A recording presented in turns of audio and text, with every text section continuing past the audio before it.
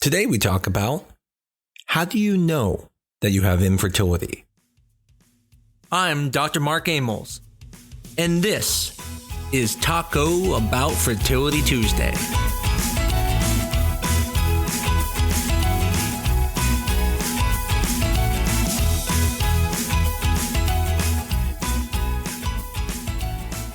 Now, when you hear the question, how do you know you have infertility?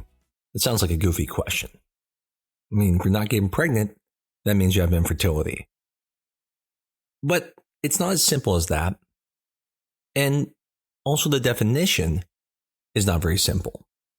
And so what I want to talk about today is the definition of infertility, but then talk about things of why you might consider that you have infertility. Maybe relying on the definition isn't good enough. Or maybe you've been going through life thinking you have no issues, when in reality there were signs and symptoms that you've always had issues. And so this way it lets you be more aware of it. And then that way you can start the process a little sooner, or if you have a friend or relative, you can let them know to start a little sooner.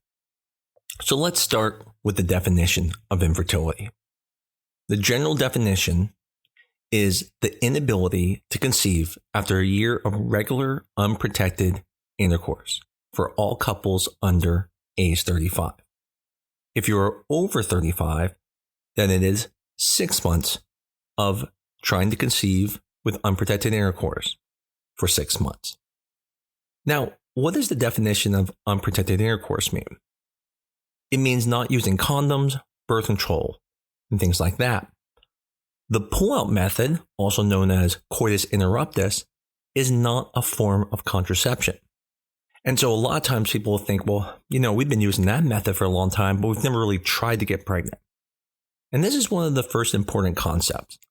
Yes, the definition is 1 year for people under 35 and 6 months for people over 35. But if you've been thinking that you have to try to get pregnant, you're wrong. Matter of fact, most people get pregnant without even trying. And so as we start with our first concept of how do you know if you have infertility, one of the first things I want to talk about is trying to get pregnant. If you're a couple that only has intercourse maybe 2 or 3 times a month, then yes, you probably do need to time your ovulation with the time you're having intercourse, because you're just not having intercourse frequent enough. But if you're someone who's having intercourse at least twice a week, especially if 3 times a week, then whether you're trying to get pregnant or not, you're going to be hitting ovulation sometime.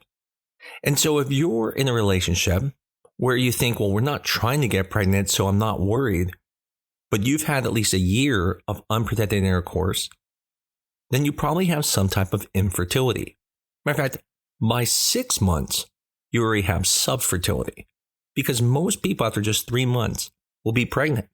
And so if you've even made it 6 months, you probably have some type of subfertility.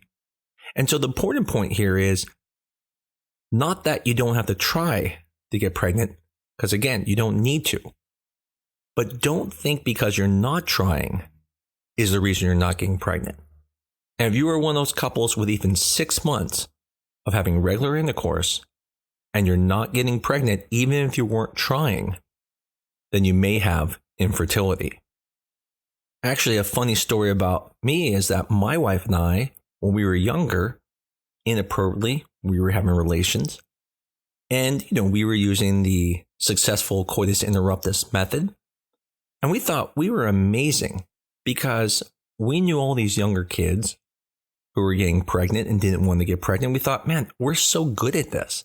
We clearly have this down. We're not getting pregnant because we have this method down so much. But the problem was later on we found out we did have infertility. And that's because coitus interruptus has about a 25% failure rate, which means if every year you're doing this, you have a 25% chance of getting pregnant because it fails. Now, at first, that sounds pretty good. Well, 25% is not too bad, but that's a 25% failure rate, which means in 1 year, 3 months of those times would have failed, which means you would have up to a probably 50% or higher chance of being pregnant after 1 year. Now, even here, we're still sticking around definitions. We're talking about not getting pregnant over a period of time. But there are other things that you should look out for that may point towards infertility. Let's start with the men. Men tend to have higher sperm counts when they're younger, and as they get older, it gets lower. So for men, as they get older, especially in their 40s, they can start having some issues. But other things that may point to problems are issues with such as getting an erection. When a man can't get an erection, it could be a testosterone issue. And if the testosterone levels are low, that can also lower sperm count, and that could be causing infertility. So if your partner ends up not being able to get erections all the time or losing erections, it's easy to blame it once in a while in his head. But there's a point where if it's becoming more than just a once in a while thing, there probably is something behind it, and that something could be leading to infertility as well. Sometimes some men will just have decrease in energy, especially when they're getting in their late 30s and 40s. And if they're tired all the time, and this is different, that can also be a sign of lower testosterone levels. Libido is another sign of low testosterone levels. And so libido is dropping. There may be the situation where testosterone levels are low, and maybe looking into that. One obvious cause is if you are taking testosterone, you obviously have lower testosterone levels if you're taking it because your testosterone levels are low. Now, if you're taking testosterone because you're trying to be the next Arnold Schwarzenegger, that's a different scenario.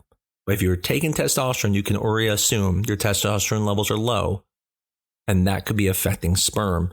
And so be prepared when you go to have a kid, that could be a problem. On the female side, if your cycles are irregular, that could be a problem. So, for example, let's say 1 month you get a period on 28 days, and the next month at 35, and the next month at 32. That tells us that your ovulation is not regular, and that could point to an ovulation issue, and that can cause subfertility or even infertility.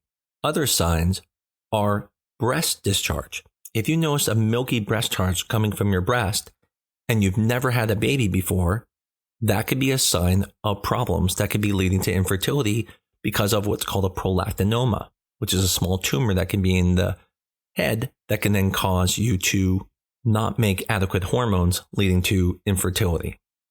If you have painful periods that are extremely uncomfortable, you could have what's called endometriosis, and that can lead to infertility.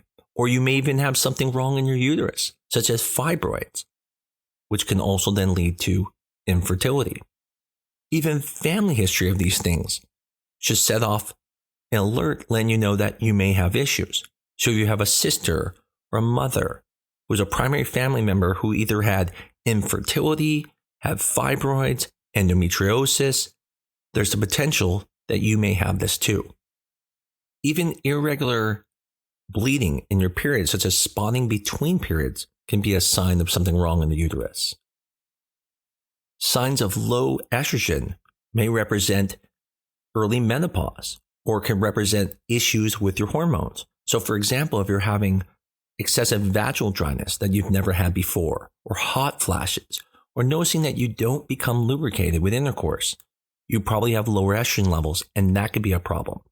And so if these things are happening, even though you may not have infertility diagnosis at this point, it may be something you should think about. Even jobs can affect fertility. For example, if you work in the nuclear industry or are in the medical field and work around radiation, if you're exposed to too much, it can start to cause some problems. The same is true if you've had radiation or if you've had chemotherapy, because at that point it could affect your egg quality and potentially even your egg reserve. This goes for men as well. If you've had testicular cancer or chemotherapy, it could be affecting things. In the end, yes, there's a definition of infertility, and unfortunately, a lot of insurances will not let you start treatment unless you've met that definition. But for people who have these factors that we talked about, history or potential jobs that might put them at risk, or factors where your periods are irregular or your libido's down, all these things may be pointing towards infertility or subfertility. And in those situations, you can make the argument that you don't need to wait 1 year, even if you're under 35. At that point, 6 months is plenty. And honestly, there's some people who shouldn't even wait 1 month if their fertility issue is obvious, such as never getting a period. At that point, you don't need to wait. You're not getting a period, which means you're not ovulating. Just go see your doctor. But for everybody else, if you fall into one of those categories where there's a higher risk of infertility, then I wouldn't wait more than 6 months. See your doctor by then because something else may be going on, and you might as well get a jump start on it. And don't be like me when I was younger, where I thought, man, we're so good at this pull-up method. If you're using the pull-up method and you're not getting pregnant, there's the possibility you may be infertile. And so you might want to look into that after some period of time once trying. And if you've been trying for 6 months and still haven't got pregnant, but you were using the pull-up method the year before, you probably do have some type of infertility. The last part I want to go over is, well, then what do? You can either see a family doctor or your gynecologist, and most of them can start the workup for you. What I can tell you is when it comes to treatment, I tend to tell people go to a fertility doctor. Not because gynecologists and family medicine can't do some stuff, but most of the time they're not doing it that well, and you could be losing valuable time. Hopefully this was helpful for some of you and might be a reflection for some of you looking back on, oh wow, yeah, we showed signs of that too. And if you have a friend who's trying or maybe not trying, but you've heard these things, let them know about this. Have them listen to this podcast. As always, I appreciate everyone who listens to this podcast and everyone who keeps telling people about it. If you ever have any topics, please feel free to reach out on tbft@newdirectionfertility.com. I'm more than happy to do an episode on that topic. I look forward to talking to you guys next week on Talk About Fertility Tuesday.